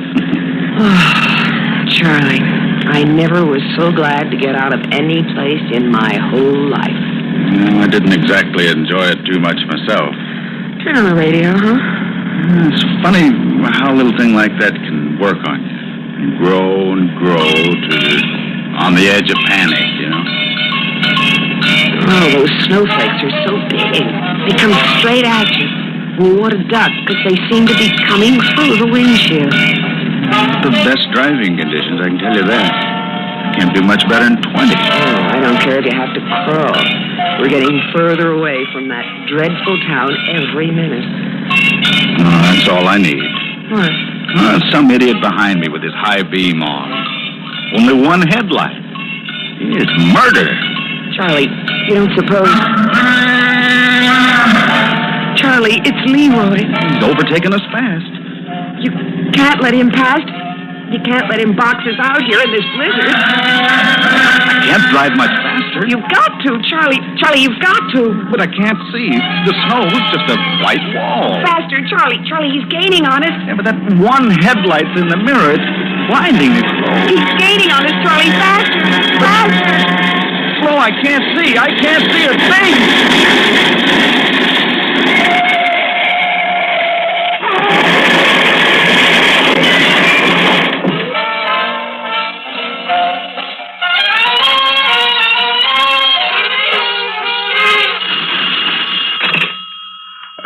Vatican Motel. This is Pete over at the police station. You woke me up. I'm sorry, Sam. That tourist that was beefing about Leroy, he's still there? No, I wouldn't know. I was trying to get some sleep. Yeah, well, if you see him, tell him I picked up Leroy. Tell him Leroy's sleeping it off in the jail.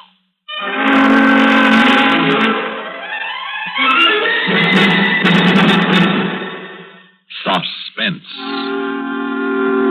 You've been listening to Snow on 66, written especially for Suspense by William N. Robeson, and starring Grayson Hall and Jimmy Blaine.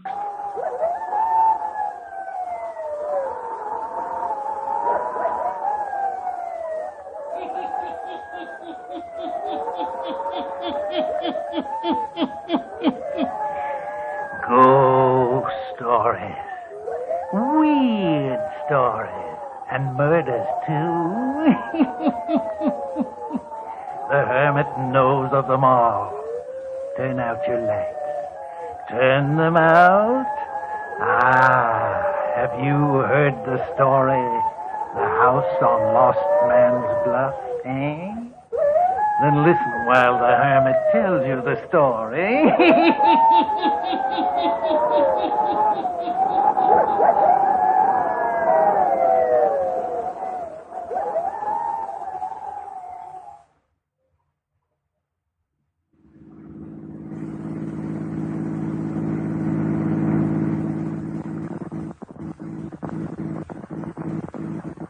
For heaven's sake.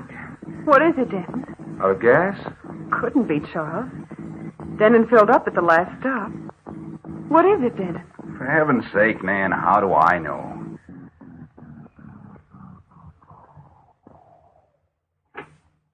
Well, That's that. Ooh, I hope we don't get stranded in this forsaken territory. Well, that'd be something, wouldn't it? We haven't passed a house in the last 3 hours. Well, I might as well get out and see what I can do. You want me to take a look at it, Denton? No, I'll tinker with it a while.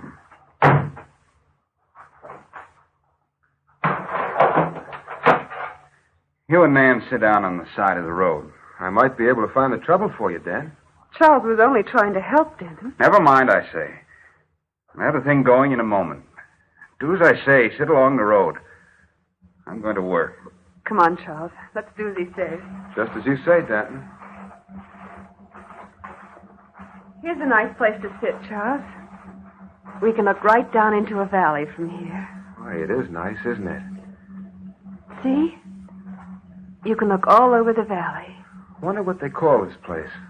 I wouldn't know. Oh, look. We're not so far from civilization as I thought. A town at the lower end of the valley. Yes. Now, that's still a long way away. You see? The road takes a roundabout way along the rim of the valley. Uh-huh. Say, I bet that's where I'm going to work. Do you think so? I'll just bet you that's where the job is that Denton got for me. Way out? Away from everything? Oh, I don't know. Looks like a nice little town. I'll make out all right. I hate to have you leaving us, Charles. I'll be terribly lonesome. Oh, I'll get back to the city occasionally. You must be sure to do that. Sure I will. Man, Denton can't hear us talking from here, can he? No. I have a feeling that he managed this job for me way out here because he didn't want me living with you two anymore. Oh, no, Charles. Why should he object to my own brother living with us? You've got me there. I can't figure it out. When I first came to stay with you, Denton talked of getting me work close by. I knew he did. Man, there's something strange about it. I don't know exactly what you mean, Charles. Yes, you do. Ever since Denton came back from that road trip, he's acted strange. Now that you mention it, I think I have noticed something different about Denton. He was jolly and friendly enough to me when I first arrived. And now, all of a sudden, he's changed. Maybe we're imagining it all. Doesn't seem that he'd be jealous of his wife's own brother, does it? No. Denton's not like that. But he has been for the last 10 days. Morose, sullen, sitting most of the time staring at me.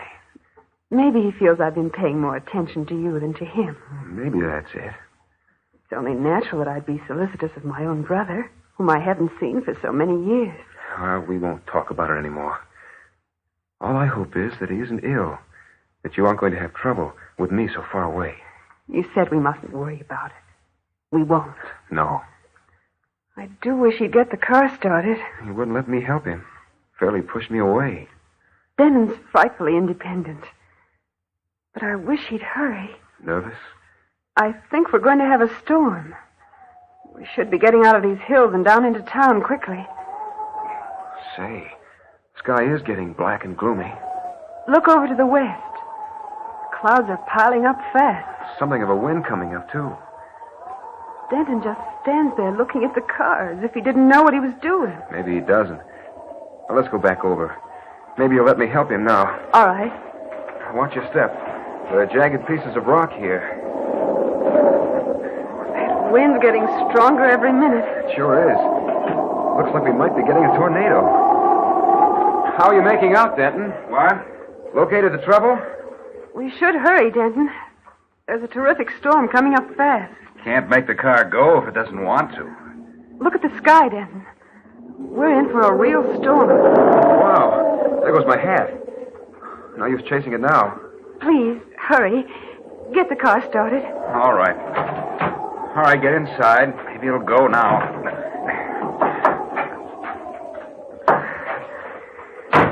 Let's hurry.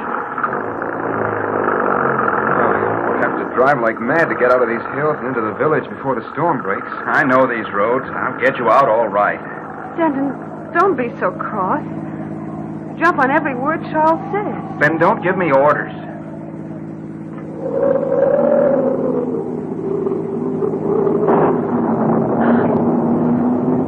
Oh, look. The sky was lighted by that streak of light. Now look right to the car, Denton.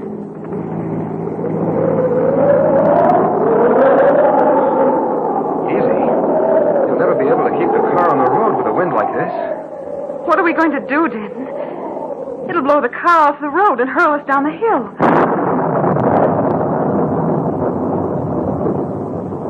Wow. That was a peal of thunder. Denton, we can't drive on in this. No, we can't. What are we going to do, Dan? Can we sit in the car and be safe? We aren't going to sit here. We're going to make for shelter. But where? There's a house sitting up there on the rock. It's so dark I can't see it. There's a house up there. I got caught in a storm the last time I was through here. Climbed up to that house and stayed until it blew over. Can we get up there all right? We can make it. We'll have to. Get out of the car. We've got to start right away. Hurry, climb out. Give me your hand, Dad. It's in the middle of the afternoon and black as night. Now, we've got to climb fast. We'll all take hold of hands and start up the rock. We've got to get to that house. We've got to get there. Give me your hand, Nan. Let's go. Hurry. Come on.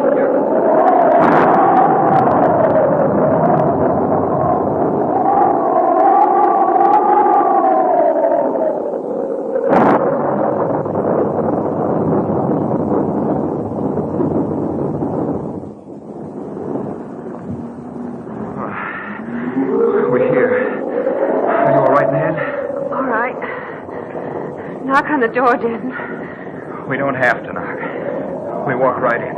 What? Hurry. Get inside. Oh. Phew. Boy, what a relief. I thought for a few minutes we might not make it. I'll bolt this door so the wind won't rip it open. Who owns this place? Doesn't anyone live here? There was no one living in it when I stopped on my way through here last time. It must belong to someone. It's completely furnished. Whoever owns it hasn't been here for a long time, then. Everything's covered with dust and cobwebs. I can see them even in this pale light. It's so dark in here. Can't you find a lamp or something, Denton? I'll get a light. There's one in this room off the hall. Come on, Charles, let's follow him. I don't like standing in this dark hall. I found a lamp. I'll have it lighted in a moment. Oh, it's so damp and cold in here. Ooh.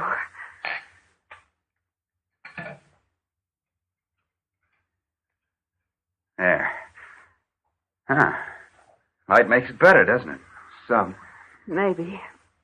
I don't like the looks of this place. At least we're out of the storm, man.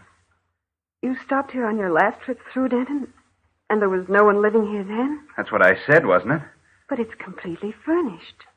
Surely someone lives here now. Maybe they do. They aren't here now. Almost like a dungeon in the room. Windows are built so high. Something like a fort. But it's grand Denton knew of this place. Its shelter out of the storm. The wind couldn't blow this building over. Denton? What? What are you staring at? What? You heard what I said. What are you staring out into the hall for? Say, Dan, are you all right? Don't clench your hands that way. What do you see? Did I say I saw anything? What's the matter with you? Don't keep asking me questions. I've got you out of the storm. Isn't that enough? Now leave me alone. Where are you going? Where are you going, Denton? Stop him, Charles. Don't you think we all of us sit in here? When the storm blows over, we can drive on. What's wrong with him? He's moving like a person in a trance. Get him to come back in this room. Are you ill, Denton? Is there something we can do? Stay right where you are. Both of you.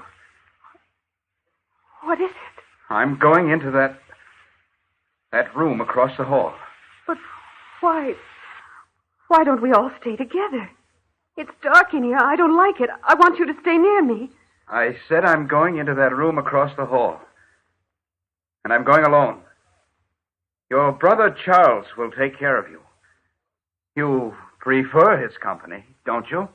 Is that what's wrong with you? Why do you act this way toward my brother? You might as well make up your minds. Both of you. That we'll stay in this house until morning. I'm going into this room to sleep.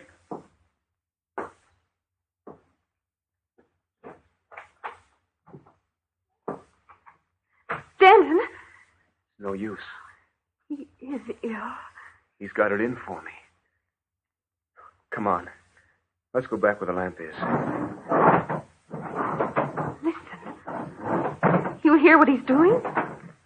Barricading the door. What does all this mean? Oh, Charles. Let's get back to where the lamp is. It's as if he's lost his mind. Sit down. It's been coming on him for some time. Ever since he made that last trip through here. We know that. What shall we do? Why did he go into that room and leave us?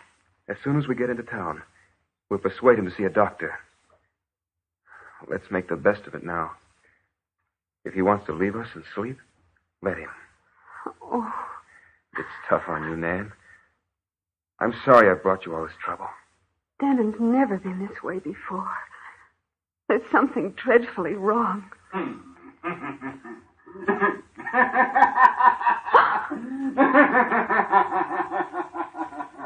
What was that?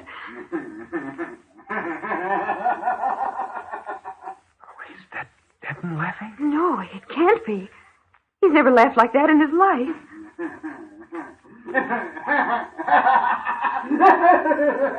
Oh, it's coming from the room Denton went into.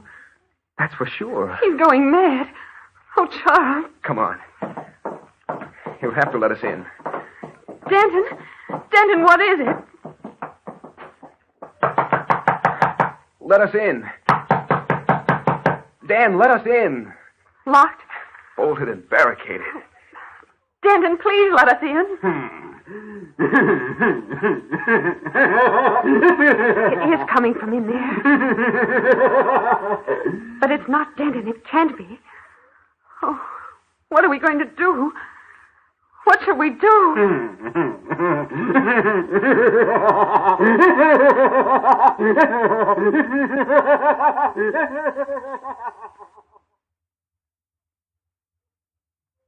Everything's all right now, Nan. He's quieted down. He answered you the last time you went over to the room? Yes. He said, I'm all right. Go away. Oh, I think he's going to sleep now. We might as well do the same. I can't sleep in this horrible house. Yes, you can. It'll only be a few hours before morning. But what if Denton refuses to come out of that room in the morning? He'll be better in the morning. The storm's passed over, too. Everything will seem different in the morning. Leave the lamp burning. I'm scared. Sure. I'll set it on the mantel. It won't bother our eyes, but it will shed some light. Yes, that will be all right. You think Denton will sleep? I think he's asleep now. I'd break the door down, Nan, if I thought it would do any good. But I think it's best to let him get over this spell by himself. I'll never believe it was he laughing. Who could it have been but Denton? Oh, now don't worry anymore. Try to get some sleep. If he calls out, I'll wake you up. It seems like a nightmare, doesn't it? It will in the morning. Everything will be different then. Go to sleep now. You need the rest.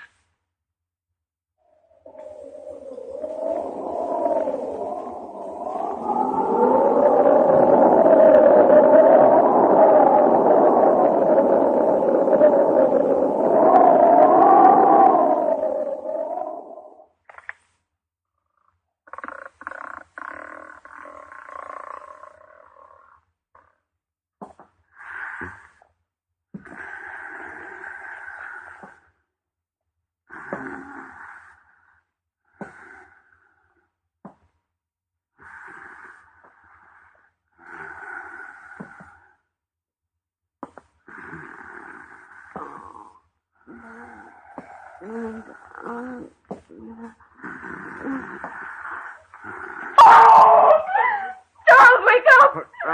Wake up! What is it? Wake up! There's someone standing over you. What? Wake up! There's Someone's standing over you. They're going to kill you. Charles! Good heavens. What is it? What was that? Oh, Charles, he stood right over you with his hands reaching out for you. Who? And when I screamed, he ran. For heaven's sake, who? He was going to kill you.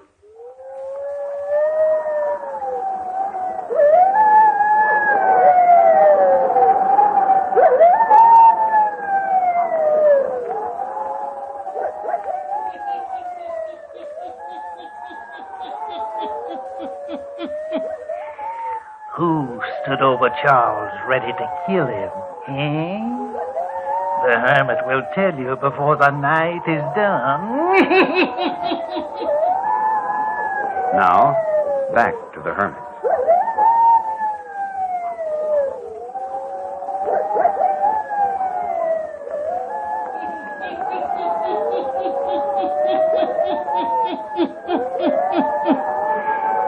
Terror-stricken Charles and Nan stand in the middle of the room in this strange house on Lost Lands Bluff, wondering who tried to kill Charles. Listen.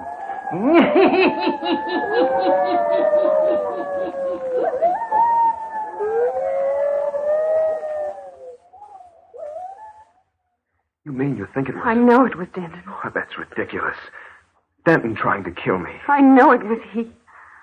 With his hands reaching out for your throat. Oh, no. And when I screamed, he ran back into that room and closed the door. Charles, where are you going? I'm going to get him out of that room before something really happens. You mustn't go near him. I've got to. No, you stay here. Never. I'm going with you. I'm going to make him let me in there. He may try to kill you again. I don't think he will. You stay behind me. Denton? Denton! Denton! The door's unlocked. Denton? Stay back, Nan. I'm going to light a match. Great heaven. Denton. What is it? Get back. Don't look. Why are you closing the door? What is it, Charles? What did you see? No. Denton's... Something's happened to him. Something's happened to Denton. What is it, Charles? Tell me quick. What is it? Denton's hanged himself. Keep hold of yourself, Nan. We've got to get out of here. Down into town and get the authorities here. Denton hanged himself. Let's hope the car runs. We've got to get into town.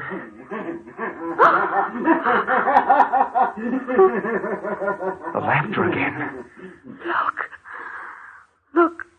Up at the top of the stairs. What is it? In this faint light, it looks like the figure of a man. Yes, but you can see right through him.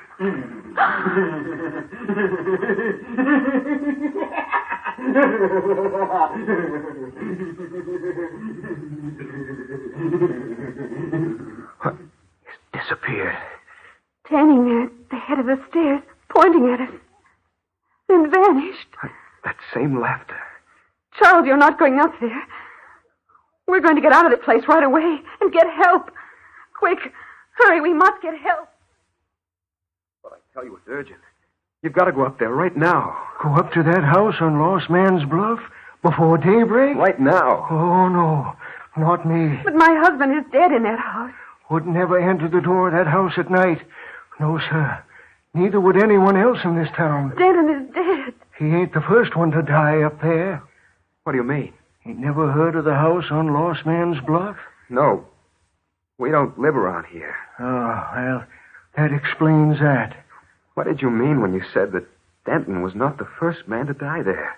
5 years ago, a fella that owned that house killed his brother, then hanged himself. What? That's right. But hanging didn't seem to take him out of this world. Now, I ain't the only one that's been there, passed there at night and heard his wild laughter. It's fit to make the hair stand right up on a man's spine. Other folks tried to live in that house. But you know what happens to them when they go in a certain room in that house?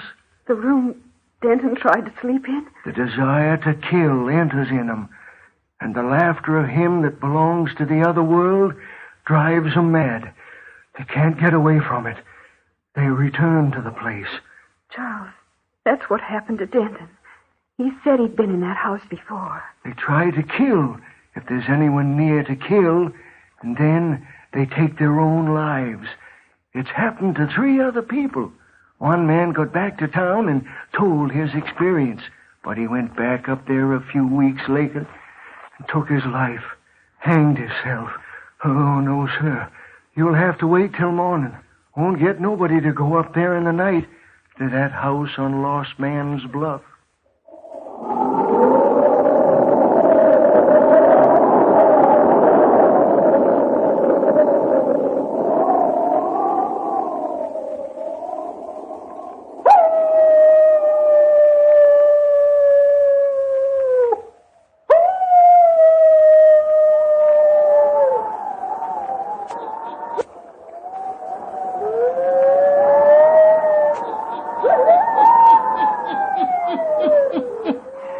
And the wild laughter from the house on Lost Man's Bluff continues to pierce the night. Don't ever go near it after sundown. No. Turn on your lights. Turn them on. I'll be back. Pleasant dreams.